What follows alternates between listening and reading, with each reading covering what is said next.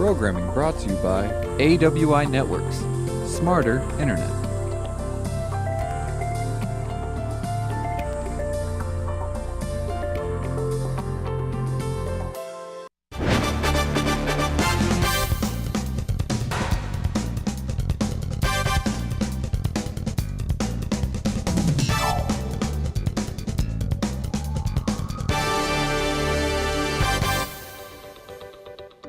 Thanks for joining St. George News at 8. I'm Scott Beadle. A malfunctioning refrigerator set a fire at Canyon View RV Park Monday, leaving a Hurricane resident homeless. The individual was in his trailer, and he was sleeping in his trailer, and he said he smelled smoke. Got out, saw smoke coming out of the refrigerator area. The refrigerator quit working 2 days ago, and I was messing around pushing the buttons on it, and smelled smoke. Tried 3 different fire extinguishers, and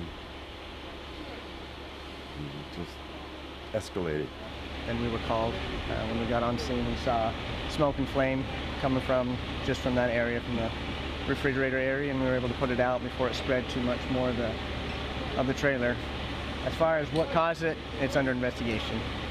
You know, let's go to a hotel, but what I need to do is figure out a way to get this cleaned up, so you know, the rest of the community doesn't have to look at it. A teen was hurt Monday afternoon in St. George when he was hit by a minivan.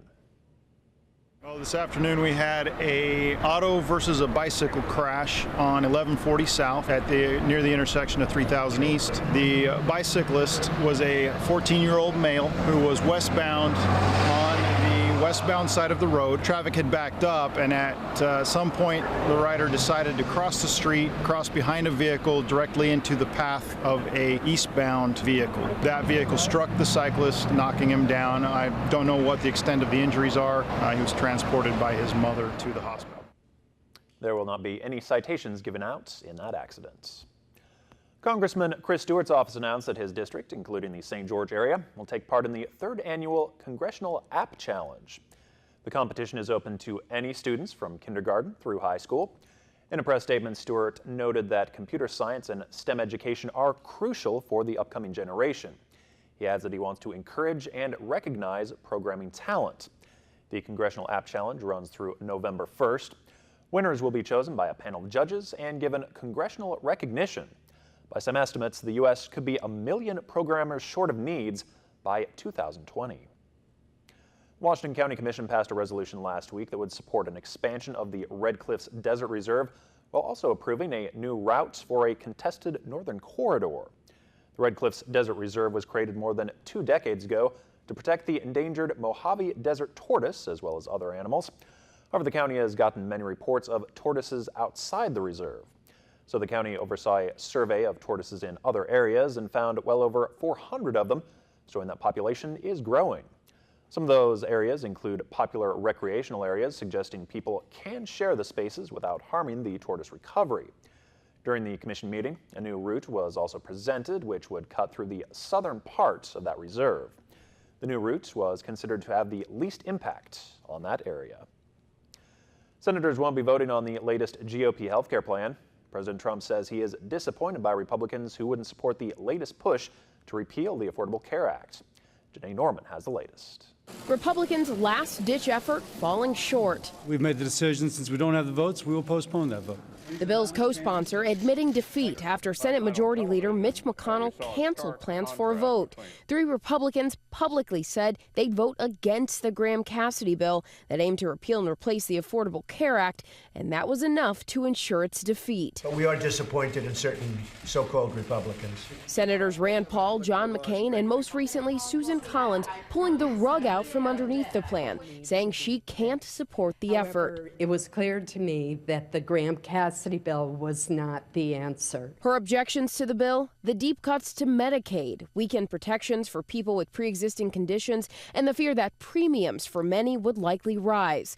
But the bill's co-sponsor says this latest attempt won't be the last. And I am confident as I can be that Graham, Heller, Cassidy, Johnson will be the alternative to Obamacare.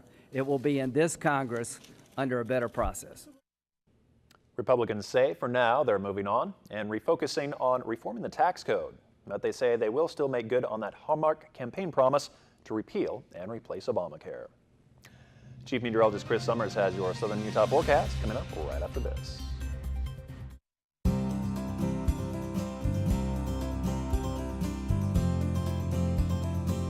The weather tonight is brought to you by AWI Networks, smarter internet.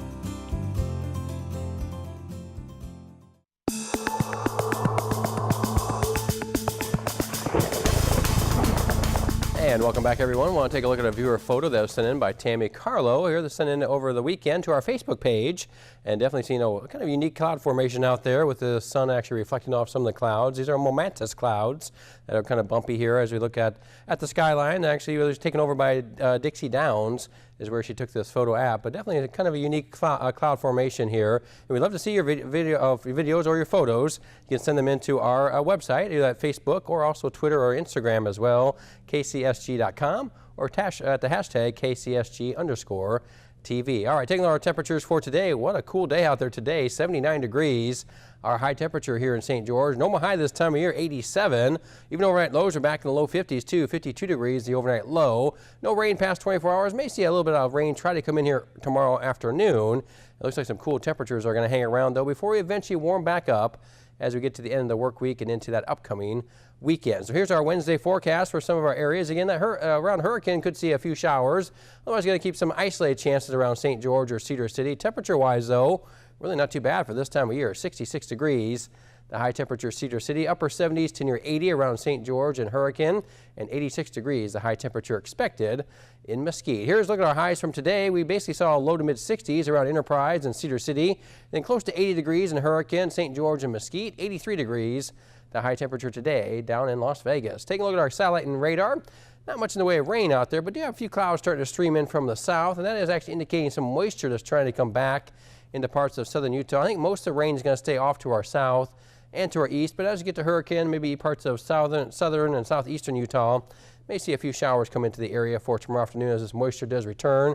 But definitely looking like some warmer weather getting back here too. No looking very warm though, but at least getting back to more seasonable level as we head to the end of the work week and into that upcoming weekend. So pretty nice day out there for your Wednesday, pleasant with partial sunshine, again a few clouds, and may see a little bit of rain out there too. As we get to Thursday, staying very pleasant with a mixture of sun and clouds, and really the perfect fall weather continues into the upcoming weekend, looking very nice across southern Utah. Here's the reason we expect to see a little bit of rain tomorrow. Again, see a little green on the map, again through parts of Arizona, New Mexico, actually stretching up to Colorado as well. Some of that may actually get just far enough to the north and west to come into southern Utah. Otherwise, just some cool weather hanging around. Again, as that jet stream takes a big dip down to our south and actually brings that cooler weather right back into southern Utah. But there is some warmer weather to our west over in California, and that will eventually come back into our area then as we get to the early part of next week. But for your Wednesday, upper 60s to near 70 from Cedar City to Enterprise. Again, partly to mostly sunny skies expected. Excuse me, as we get into upper 70s to low 80s around St. George and Mesquite, about 86. Again, partly sunny. Maybe an isolated chance of some rain around as well. Here's your 7-day forecast for Cedar City. Then we get back in the low to mid 70s as we head into the end of the work week and into the weekend. And then next week around Cedar City, we actually drop back into the 60s once again around Tuesday, but not a lot of rain chances next 7 days. That, I guess, is the good news. But here in St. George and southern Utah, we'll stay in the low 80s here next couple of days and eventually get back into the upper 80s as we get ready for the weekend. So we end September and get ready for October, and really not looking too bad.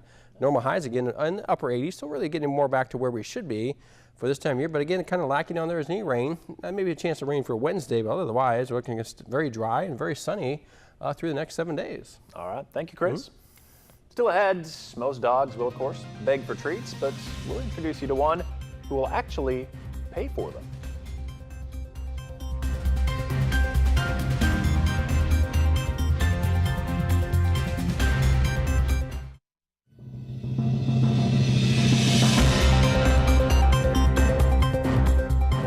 Holly the dog doesn't beg for treats, she pays for them.